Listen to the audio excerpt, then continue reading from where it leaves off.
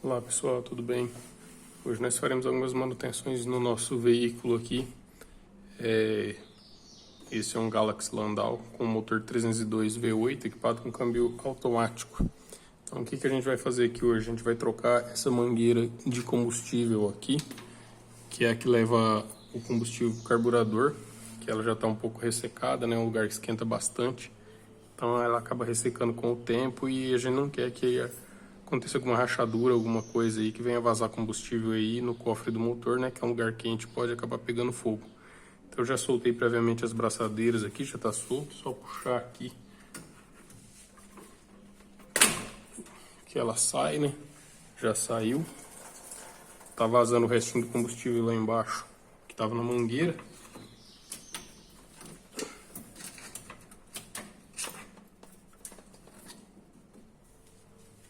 Então tá aqui, né? Esse aqui é um pedaço da linha de combustível do carro. Como pode ver, aqui ela já tá meio bem ressecada, dura, né? Quebradiça. Então, para evitar qualquer acidente aí, a gente vai fazer substituição desses 3 pedaços, né? Aqui tem um pedaço que é aqui é onde sai da bomba de combustível. Essa aqui, parte intermediária é de metal, original ainda. E essa parte final que chega ali no carburador, né? Então vamos medir aqui agora. Já comprei uma mangueira nova. Tá aqui, né? Comprei um pedaço de mangueira nova. Vamos medir, cortar, substituir. E depois a gente vai fazer uma manutenção também no carburador, que tá precisando fazer uma limpeza. E esse carro ele tá com um sintoma. Quando você anda com ele um pouco e o motor tá quente, você desliga ele. Aí depois de um tempo você tenta dar partida e ele tá com a partida ruim. Demora para pegar, quando pega sintoma de que tá afogando. O que eu suspeito? A válvula estilete, que o pessoal costuma chamar de agulha, não deve estar vedando bem. E ela pode ser um problema da agulha, pode ser um problema de nível da boia. O nível da boia pode estar muito alto. Então a gente vai tentar corrigir esses 2 probleminhas aí, fazer uma limpeza no carburador e também corrigir a altura do nível da boia, ou ver se é a agulha que não está vedando mais, certo?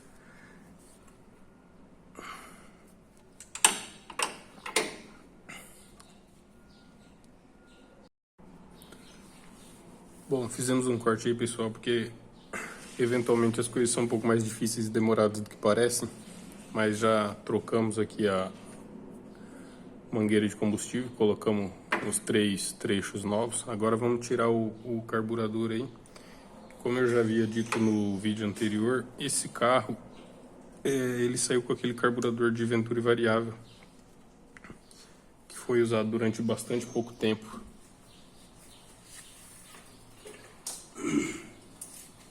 E esse carro aqui, quando eu comprei ele ainda tinha esse carburador de Venturi variável.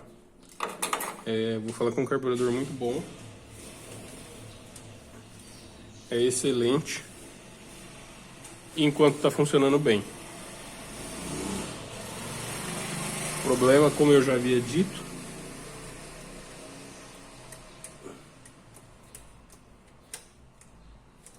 que às vezes falta informação, falta mão de obra, falta peça. E daí a hora que você precisa fazer manutenção, você não tem alguma dessas coisas necessárias para manter o bom funcionamento dele. E foi o que aconteceu comigo. E funcionou bem durante bastante tempo. Era excelente, você batia, pegava, não precisava nem deixar o carro esquentar. Já saía andando, o carro não morria, nada. O problema foi que ele começou a dar muito excesso. E não tinha como corrigir isso.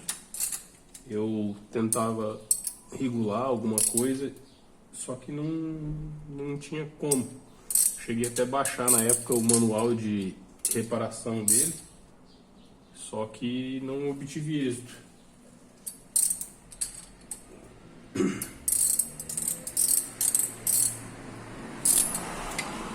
Aí quando eu fui ver, eu achei um kit de reparo para ele. nos Estados Unidos. Precisava importar. E na época, um kit de reparo para ele era quase o preço que eu paguei nesse carburador que tá aqui. E daí, entre comprar um kit para reparar um carburador, correr o risco de não ficar bom, ou comprar um outro carburador novo, que eu arrisquei comprar um carburador novo.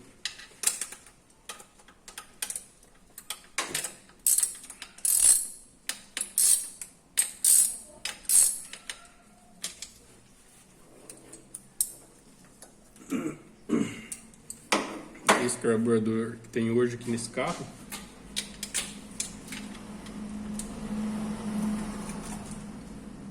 é uma réplica chinesa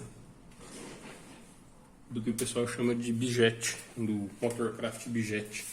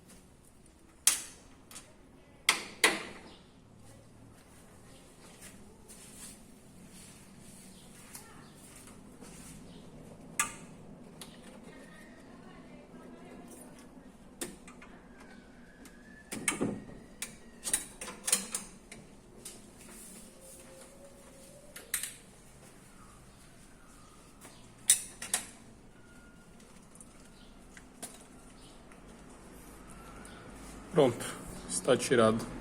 Então, como eu disse, esse carburador aqui eu mesmo comprei, eu mesmo importei ele na época, né? Comprei pelo eBay. Tive cuidado de comprar de um vendedor que ele era americano, só que ele despachava pela China. Então, às vezes era até um vendedor chinês, não sei, mas eu senti um pouco mais de segurança de comprar de alguém dos Estados Unidos. E um dia, se vocês quiserem, eu faço um vídeo aí falando como que é comprar peças importadas para esses carros aqui. Eu comprei esse carburador e comprei também uma suspensão, algumas peças de suspensão, bucho, pivô para esse carro, dos Estados Unidos também. Um dia eu conto para vocês como é que é a experiência, como é que é o caminho aí para comprar por conta peça lá fora. Agora vamos lá no fundo, vamos desmontar ele para mostrar como é que é, fazer a limpeza, tentar ajustar esse nível da boia. Então, quem for comprar esses carburadores aqui, a réplica do Motorcraft Bijet, importante verificar, se o seu carro tem câmbio automático, você tem que procurar um modelo que tem o acionamento do kickdown do câmbio, que é esse acionamento aqui, ó. Então aqui você vai vai instalar uma haste que vai lá no câmbio, que quando você faz a aceleração total, e essa haste aqui, ela vai fazer o acionamento naquela haste que reduz a marcha do câmbio, para você ter uma retomada de aceleração mais rápida. Então, seu carro é automático, é importante você procurar um modelo para comprar que tenha esse acionamento do kickdown. Também, no caso desse carro que eu tenho aqui, ele não tem o puxador do afogador. Então, ele tem que ter um afogador elétrico, que é essa peça aqui. Então, se você for comprar um carburador desse réplica, é importante observar essas duas coisas. Se o carro tem câmbio automático, você tem que procurar um que tem um acionamento do kickdown. E também a questão do afogador. Você vai utilizar o afogador, seu carro tem afogador elétrico, tem o acionamento mecânico lá dentro para você puxar o afogador. Se tiver, ele não precisa ter o afogador elétrico, né? Pode ser o manual. Agora, se seu carro tem câmbio automático e afogador elétrico, você tem que procurar um que tem o acionamento aqui elétrico e o acionamento do kickdown, que é esse aqui. Senão depois você não vai conseguir fazer a instalação correta, adequada lá no seu veículo. Vamos desmontar ele aqui agora. Falando um pouco sobre essas réplicas chinesas. Quando eu fui comprar também fiquei com bastante medo. Primeiro, se ia chegar, né? Vou entregar, não vai entregar. Mas entregou tudo certinho, sim. Quando eu comprei pelo eBay, o prazo de entrega era uns 40 dias, mais ou menos. Mas eu comprei lá a modalidade era frete marítimo, né? Então por isso que demorava bastante para chegar. Mas eu não tinha tanta pressa assim. Era a modalidade mais barata de frete que tinha. Comprei e aguardei. Só que o vendedor não despachava o produto, já estava ficando meio preocupado. Aí vinha pela modalidade de envio, aquela UPS lá, né? Que é como se fosse tipo um correio internacional. E essa modalidade, quando chega no Brasil, na época, às vezes taxava, às vezes não taxava, né? Os impostos, pelo valor que você pagava. Na época, esse carburador aqui, se eu não estou enganado, frete mais o carburador ficou, acho que em torno dos $80. Então, às vezes, acabava não sendo taxado. Só que daí faltava uns 10 dias para acabar o prazo de entrega dele e ele não despachava a mercadoria. Daí, de repente, ele despachou. Aí eu fui ver, ele despachou pela DHL. E a DHL é uma excelente transportadora. Eles fazem, acho que muita coisa via aérea. E ele despachou via aérea daí. E a diferença é que daí a DHL é tudo taxado, né? Na hora que chega ali, a própria DHL já faz os trâmites de desembaraço, tudo. E já emite os boletos pra você pagar imposto, tudo. Então eu tive que pagar todos os impostos, tudo. Já era algo que eu esperava, né? Mas tinha esperança de que de repente não fosse ocorrer. Mas tive que pagar tudo. Mas enfim, ainda assim eu paguei nesse carburador uns 40% mais barato do que o valor que era anunciado na época pelo pessoal que traz para revender aqui. Então é lógico, nem relógio trabalha de graça, né? Eles têm que ganhar o deles, é uma empresa, né? Só que se você trazer por conta, acaba saindo um pouco mais barato. Você corre os riscos, mas sai mais barato. E na época foi essa experiência que eu tive, valeu a pena. E daí quando a peça chegou aqui fica a dúvida, né? Vai funcionar, não vai? É igual, não é? E foi igualzinho. Foi colocar, parafusar, serviu a mesma base, mesmo encaixe, tudo certinho.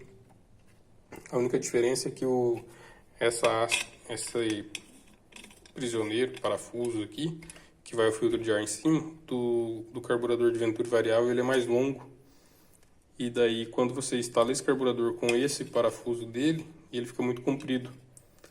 Então dá pra você cortar ele, pra ele ficar menor e tal, mas eu fiquei com dó, que é uma peça original, né? Lá, depois eu procuro um outro, um menor, sei lá. Até porque essa rosca no pé dele aqui, ó, foca. Aqui, ó, essa rosca aqui é diferente dessa daqui. Eu até tentei pegar um filho foca. Tá, não vai focar, mas enfim, ah lá, focou. Essa rosca aqui é diferente dessa daqui. Então até tentei pegar um parafuso, colocar no lugar, mas não serve. Essa rosca de baixo parece que o padrão de estria dela é mais grosso e não deu certo. Deixa eu fazer mais uma pausa aqui para tirar essa borboleta do afogador, para tirar esse aqui, que isso aqui é chatinho de fazer com uma mão só, eu não vou conseguir. Voltamos. Então esse aqui é a peça por dentro daí, né? Tá o sistema de boia. Vamos tirá-la.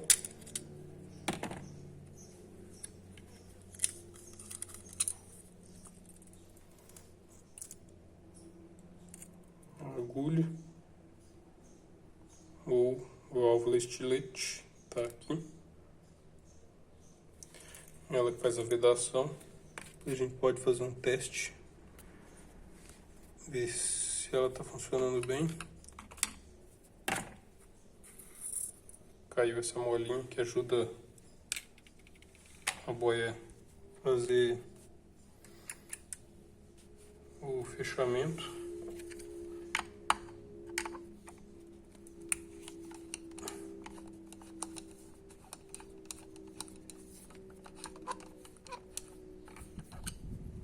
Esse aqui tem gente, cada um chama de um jeito. Fala que é binóculo, outro fala que é caneta. Conheço meio que por tubo emulsificador. Olha o tanto de sujeira que tem grudado nele.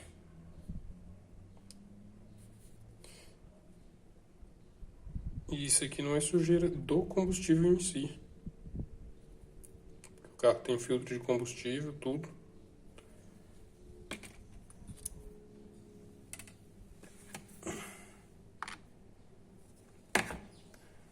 Isso aqui é uma reação que dá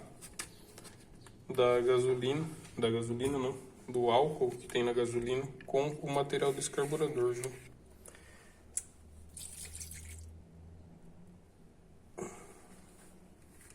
Aqui tem uma esferinha que faz aqui, ó. Essa esfera aqui, ó, ela que faz o fechamento de uma passagem de combustível que tem ali para a parte de aceleração rápida. Então, se perder ela, depois o carburador não funciona direito. Uma vez eu já achei que eu tinha perdido ela, mas depois eu acabei achando. Para vocês verem, ó, aqui, ó, dá para ver essa espécie de gosma, essa espécie de gelatina que forma nesse carburador. E isso aqui é uma reação do álcool presente no combustível com o material desse carburador. Porque no carburador antigo que tinha nesse carro, não acontecia isso. Você podia deixar bastante tempo parado, tudo. Você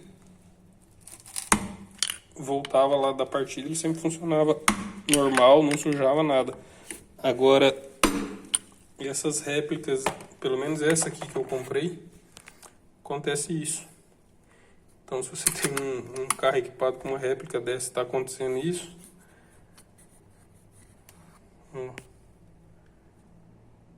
Essa geleia que forma acaba obstruindo os dutos, as passagens de combustível, e o carro perde a lenta, afoga, fica ruim de partida, fica ruim de usar, né? No carro de carro automático é ainda pior. Toda vez que você para no semáforo, vai passar uma lombada, o carro morre, né? Então é devido a essa geleia que cria aqui. E assim, esse carburador eu achei que até de repente ele ia sofrer mais com esse problema de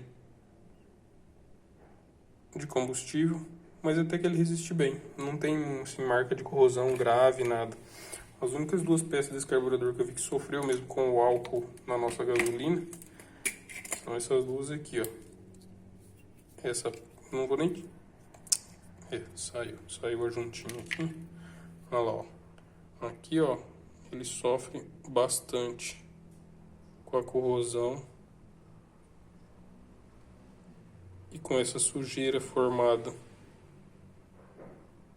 Então, ó, dá pra ver, né, o tamanho dos orifícios onde tem que passar ar e combustível. São muito pequenininhos.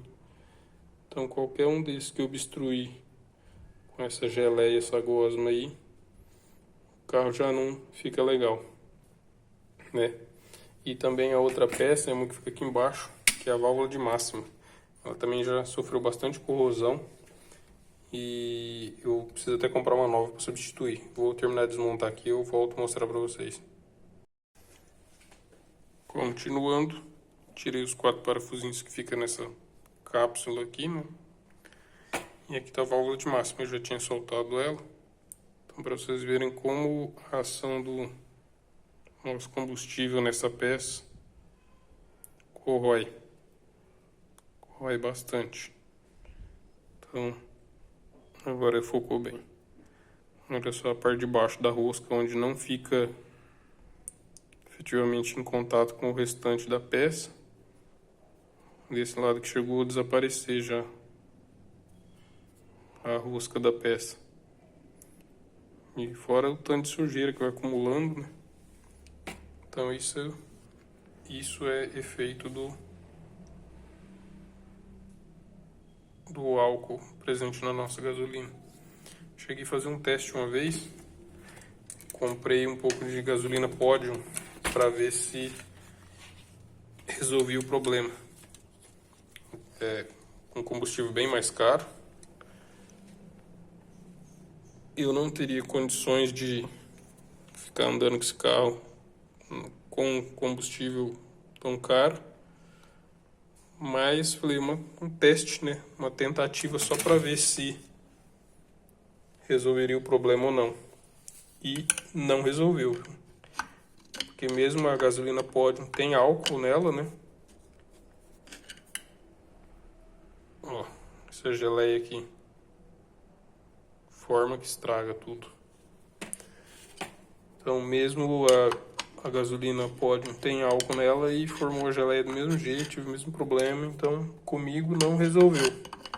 Pode ser que no caso de alguém resolva, comigo não resolveu. Então agora a gente vai limpar tudo isso aqui, remontar e não vamos esquecer de ver a questão da boia. A gente precisa ver se consegue baixar um pouco o nível da cuba do carburador. Talvez colocando um calço aqui, ó, embaixo dessa peça. Coloca um anelzinho ali e calça. Tem gente que faz o quê? Entorta essa haste da boia, né? Pra quê?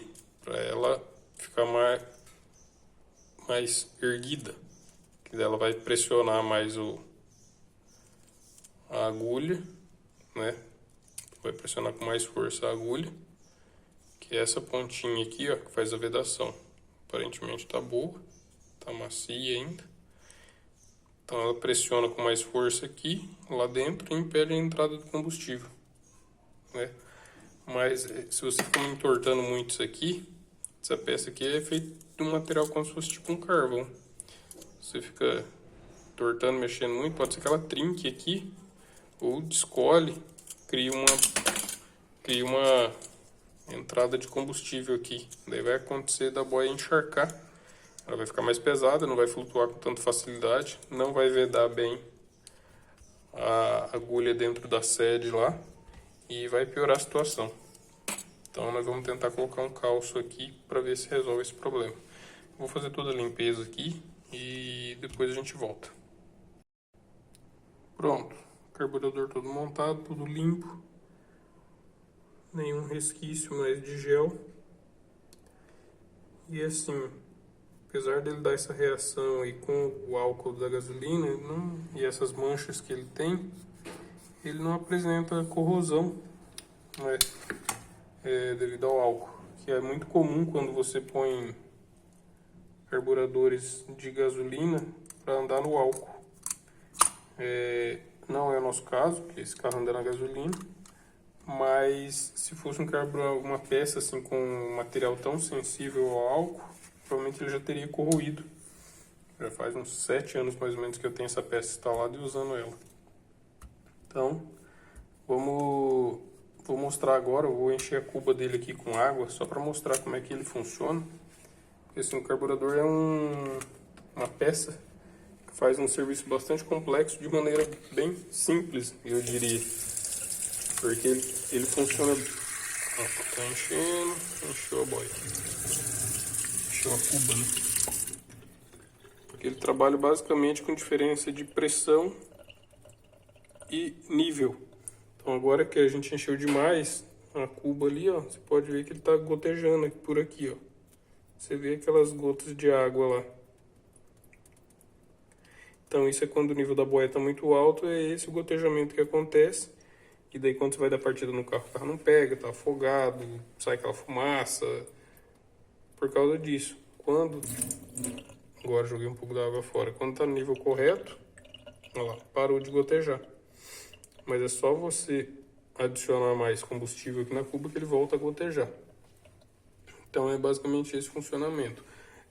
Nessa parte onde tá meu polegar aqui, é onde vai ter a entrada de ar pro motor, né? Então aqui, pro lado de cima da borboleta, que é onde está meu polegar, é uma zona onde tem uma pressão um pouco maior. Abaixo da borboleta você vai ter um vácuo. E esse vácuo que aspira o combustível para dentro do motor.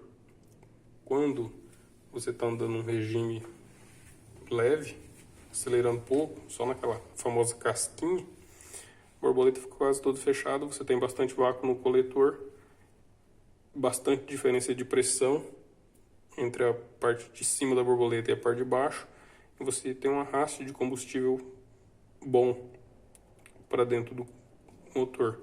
Quando você dá aquela acelerada de uma vez, a borboleta abre rápido, esse vácuo que tinha dentro do coletor ele cai bem rápido e você não consegue ter um arraste de combustível suficiente para dentro do motor.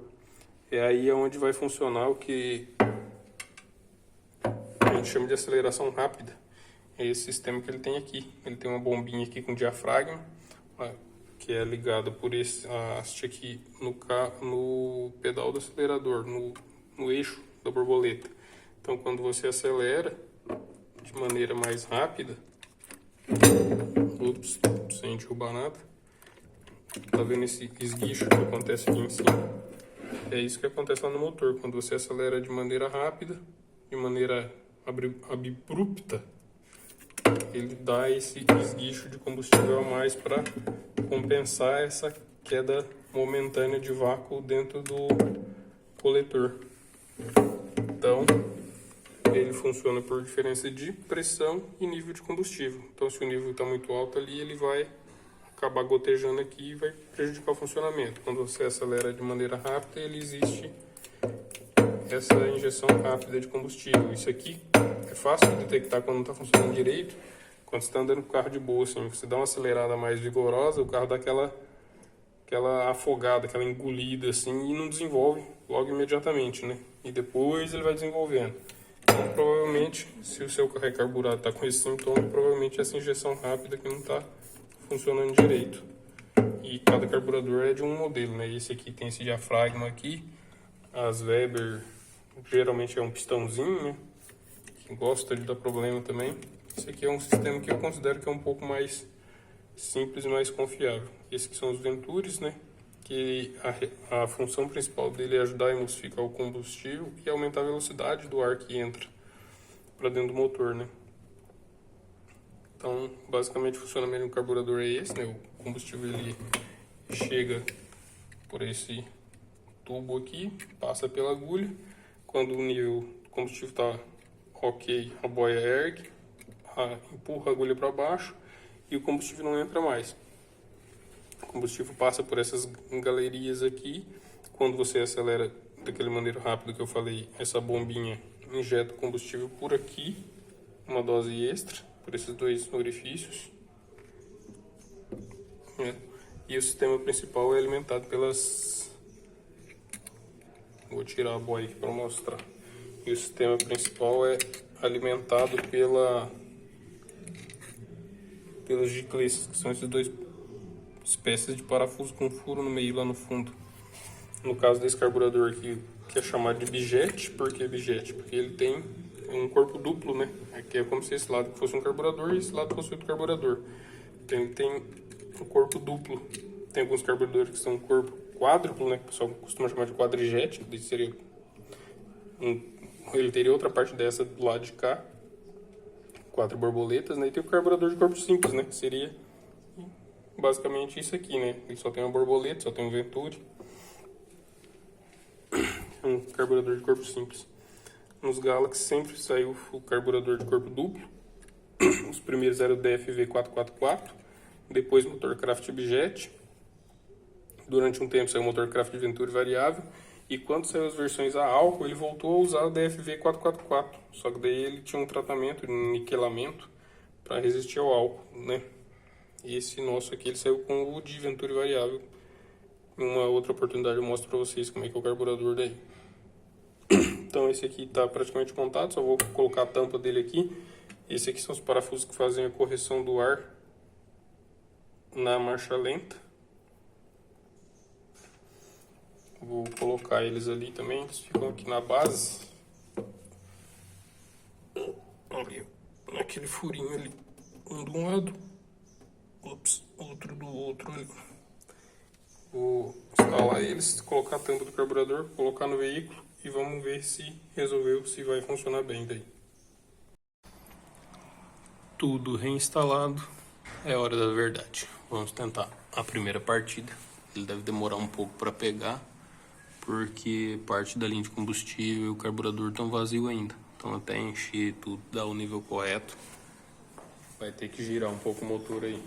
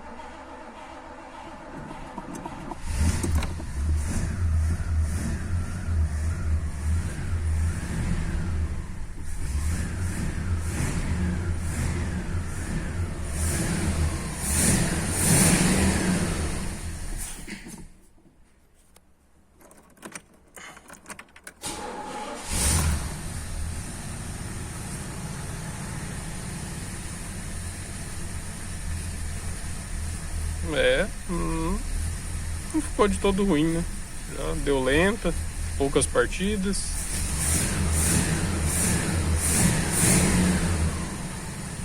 Vamos lá dar uma conferida, ver se não tá vazando combustível em lugar nenhum.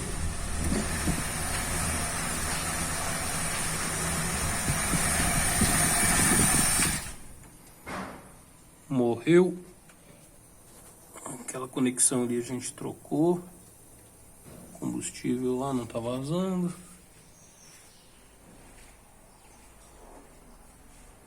Aqui não tá vazando, não tá vazando, não tá vazando, não tá vazando pelo carburador. Já é um bom sinal. O carro tá totalmente frio ainda, né? Foi a primeira partida, pode ver que tá frio. Pode colocar até mão no escape.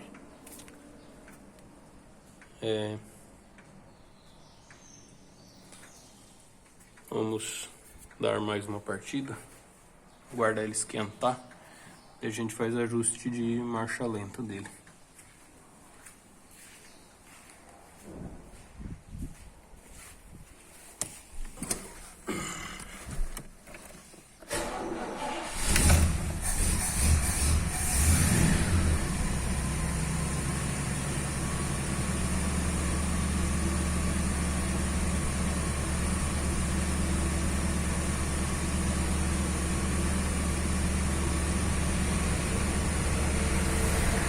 Esses carros originalmente não vinham com marcador de temperatura, mas foi instalado um aqui e funciona bem.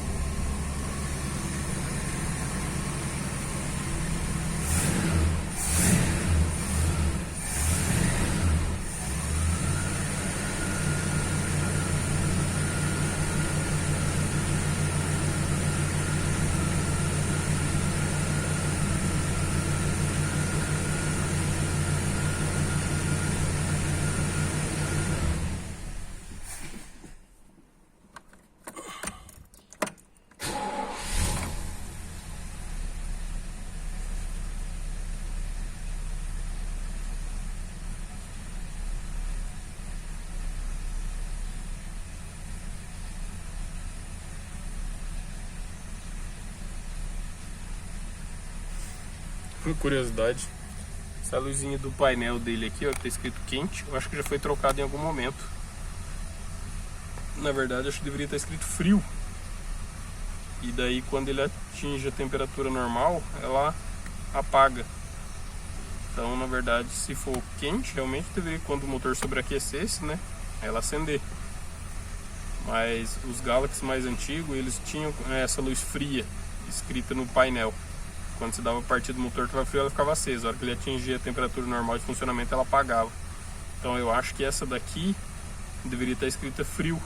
E daí quando ele atinge a temperatura normal, ela apaga. E daqui a pouco ela vai apagar. Olha lá, tá piscando já até. E agora, ó, tá totalmente frio o motor, né? Ela tá acesa lá. Aí daqui a pouco ela apaga. O carro já parou na lenta sozinho, né? Bom sinal.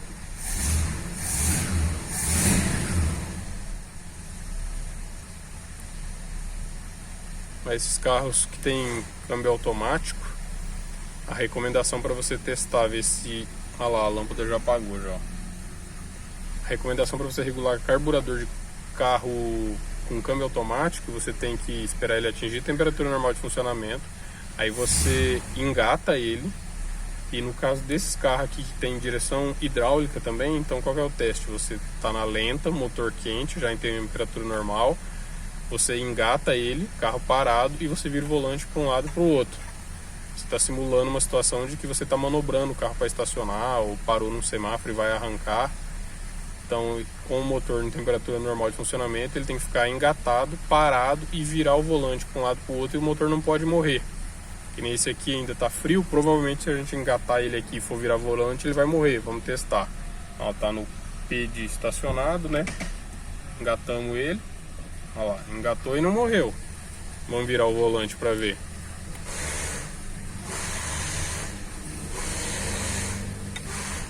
Não morreu também. Se a gente der uma aceleradinha, o carro vai querer andar. Não morreu. Então qual que é o sinal? Que talvez essa mistura da lenta esteja um pouco rica, ou gorda, como o pessoal também é chamado, né?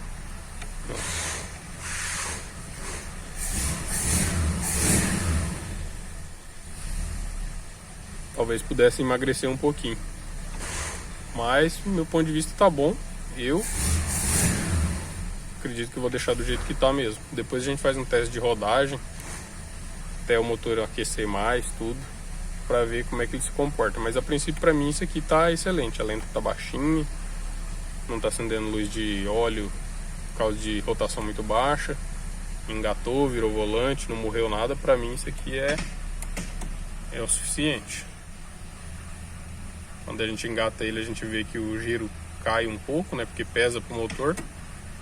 E esqueci de falar uma coisa nesses testes aqui: esse carro tem ar-condicionado, tá instalado, tudo, não funciona, mas tem. Então o carro tem tudo isso aí, você tem que... O certo é você ligar tudo.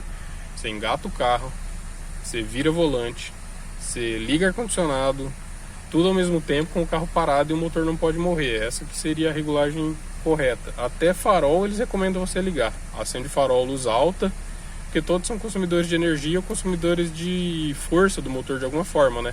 Você acende o farol, ele vai acabar gastando mais energia e vai pesar para o alternador. O alternador acaba roubando potência e torque do motor. Então você tem que ligar todos os consumidores de força, de torque do motor, para daí regular a marcha lenta do carro. Essa é a recomendação, né, para carro carburado que tem todos esses acessórios.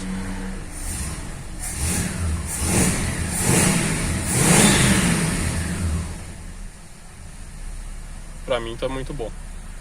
Vamos fazer um teste de partida. Desligou sem relar o pé no acelerador. Vamos ver.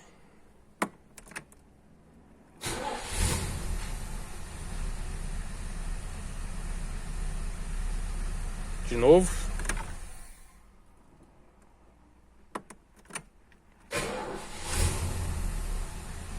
E agora que o ponteirinho começou a subir, ó.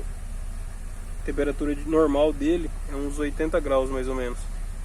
Agora tá com 50 talvez. Então não tá nem na temperatura ideal ainda, mas pra mim já tá muito bom. Então depois a gente faz um teste de rodagem aí. Por enquanto foi isso.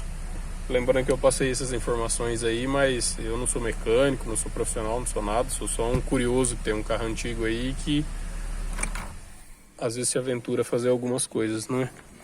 Vamos só ver o ronco ali de pertinho.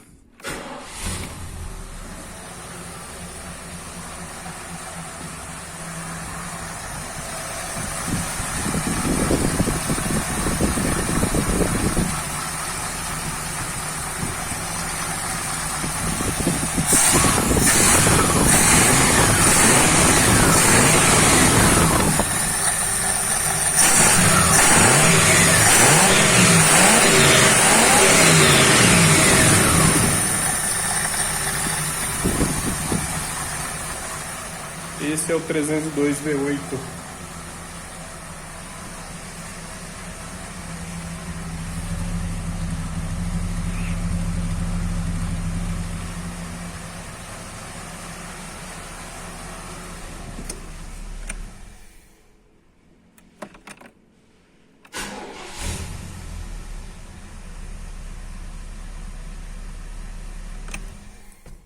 Carburador limpo e bem reguladinho é vida. Só uma última curiosidade. Muita gente chama esse motor de o V8 canadense.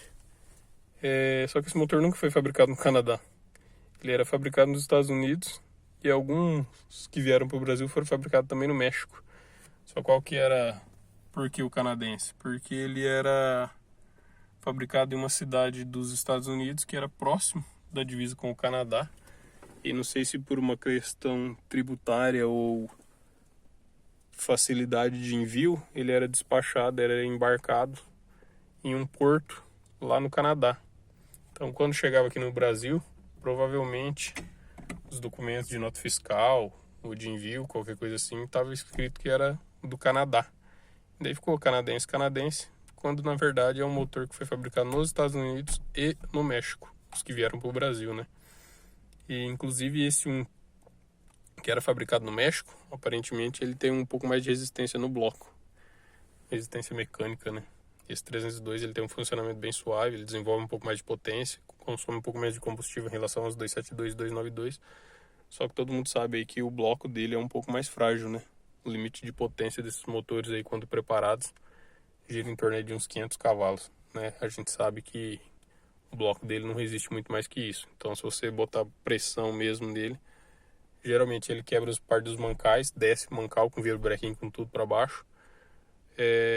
Às vezes o pessoal faz reforço, né? Faz uma plate ali de reforço dos mancais, tudo. Só que daí o que ele costuma fazer, ele racha o deck do motor, ele racha o V no meio. Então ele tem essa particularidade aí. Beleza? Em breve a gente faz um teste de rodagem aí. E eu quero ver se eu faço um teste que bastante gente pergunta. E eu nunca fiz, então não sei responder. Mas qual que é o consumo desse carro? Quanto esse carro consome tanto na rodovia quanto dentro da cidade?